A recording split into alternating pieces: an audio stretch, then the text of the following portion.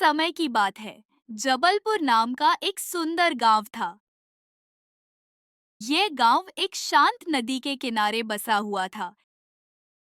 यहाँ के सभी लोग किसान थे और खेती करके अपना जीवन चलाते थे। उसी नदी में एक बहुत ही दयालु और सुंदर परी रहती थी। उसे लोगों की मदद करना बहुत अच्छा लगता था। वो हमेशा गांव वालों की भलाई के बारे में सोचती रहती थी। वह परी किसानों की फसल अच्छी हो, इसके लिए खेतों में जादू किया करती थी। उसके जादू से खेत हरे भरे हो जाते थे और फसल बहुत अच्छी होती थी।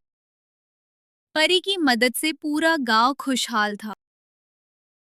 किसान मुस्कुराते थे, बच्चे खेलते थे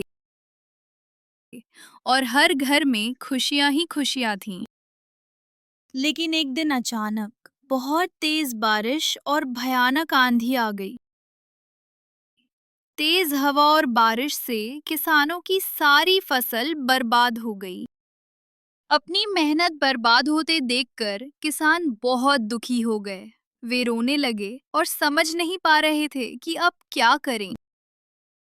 तभी उनमें से एक किसान ने कहा, हमें चलकर नदी वाली परी के पास जाना चाहिए। हो सकता है शायद वह हमारी इसमें कुछ मदद कर सके।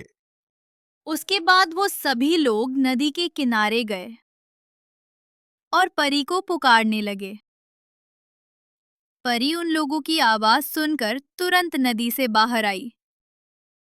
परी ने उन्हें देखा और उन लोगों से पूछा कि तुम सब लोग यहाँ पर और तुम लोगों ने मुझे इस वक्त क्यों बुलाया है? बताओ मैं तुम्हारी कैसे मदद कर सकती हूँ? परी के द्वारा पूछे गए सवाल पर उनमें से एक किसान ने परी को सारी बातें बता दी। उनकी बात सुनकर परी को दया आ गई। फिर वह परी उन लोगों के साथ खेतों में गई और अपने जादू से फसल फिर से हरी भरी कर दी।